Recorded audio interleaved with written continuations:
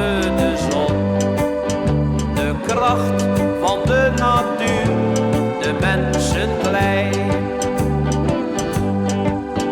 Na maanden zwerven hadden ze de oude mijn bereikt. De ingang overwoekerd, vol met zand. Ze drongen in de gang en zochten wekenlang naar goud. En vonden toen een zwarte diamant. Een diamant, zwart als de hel, maar stralend fonkelend als een ster.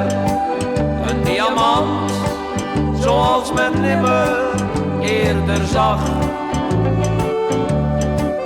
Een diamant, groot als een ei. Een diamant, zo zwaar als lood. Een diamant, die slechts verdriet en onheil bracht. Ze trokken door de bergen naar het stadje aan de kust.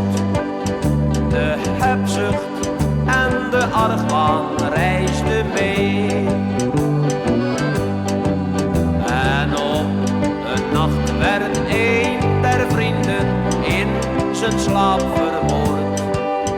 De andere reisde verder richting zee.